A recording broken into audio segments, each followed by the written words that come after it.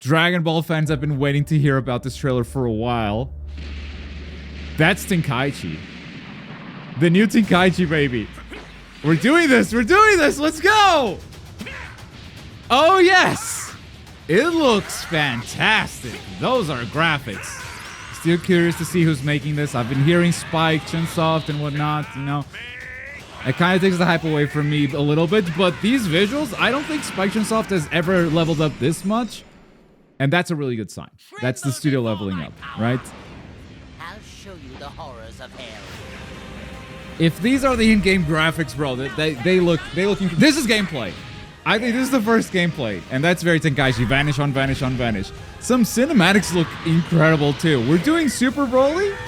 That's really cool from the get-go. Not saving him from DLC. A bunch of characters right there, and finally the title, Sparking Zero. They abandoned the Tenkaichi name.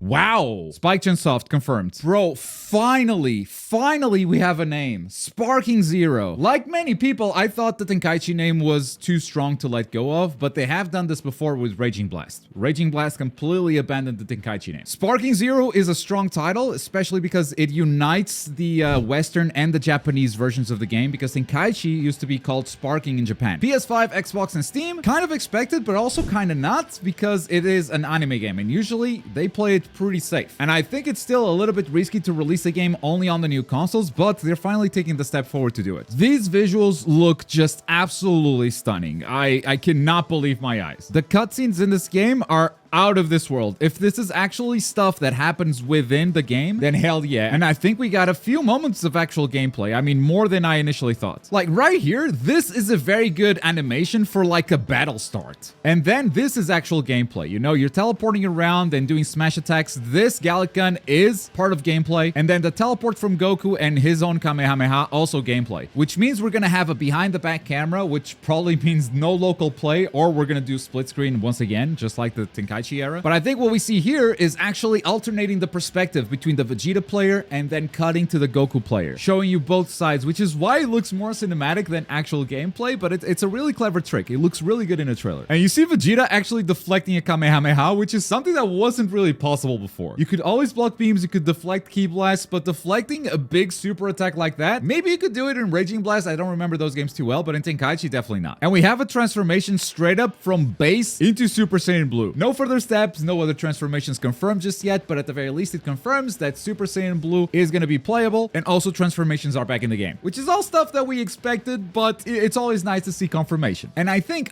this scene right here is actually hinting at Beam Struggles returning, which is something a little bit dangerous to do now in the online world where cheating is very easy and you can find 1,000 different ways to cheat while mashing. Maybe they found a smart solution for that. We'll have to wait and see, but it is definitely a staple of the Tenkaichi series and one that fans would be very disappointed if it wasn't going to return. We then get our first look at Frieza and his fighting against Vegeta here, and we're also on a different stage. I believe we're in Namek and then destroyed Namek. We see a bit of traditional Dragon Ball Tenkaichi gameplay, you know, teleport on teleport action. This grab by Broly, I hope this is a move in the game that you can do that cuts into a cutscene, because my god, this zoom in looks so clean. And we have Broly transforming into Super Saiyan, which means, I mean, legendary Super Saiyan is going to be playable. Let's just be real. But him turning into Super Saiyan also confirms that form, which is awesome. And then we have all the characters flashing really fast, and we're gonna go by all of them one by one. We got Piccolo, we got Krillin, we got Tien, we got Yamcha, we got Future Trunks, we got Android 18, we got Cell, we got Mr. Satan, baby, we got Majin Buu, we've got Trunks from Dragon Ball Super. Okay, could have been a skin, I guess. And oh my god, this is unexpected. I think his name is Bergamo? Quick Google search. Yep, Bergamo. Wonder if it's just this guy or the whole tree of the dangers. We'll see. Tournament Power MVP, Android 17, and of course, Jiren. This cast and this entire trailer gives me a very heavy Dragon Ball Super vibe. Like, that's their actual focus. It's not Z. I mean, there's some Z villains that you just cannot get around. Majin Buu is there. I mean, Majin Buu is also in Super, but Cell is there. But if you look at the rest of the cast, there's definitely a Dragon Ball Super focus here. So I wonder if their strategy is actually to go in first with the newest characters, have all the base roster playable replayable, everyone that you would expect from Dragon Ball Super. Like, focus on new characters and not the returning cast from Tenkaichi 3. And then start selling you know, piecemeal some of those old characters that you might want to see returning as DLC. Because I've said it before, but I don't think a brand new Dragon Ball game is gonna have as many characters as Tenkaichi 3 did. It had 3 games to build that roster up. This is gonna have to start from scratch, and I think the sooner we adjust our expectations, the better. But really, really good showing for Dragon Ball Sparking Zero.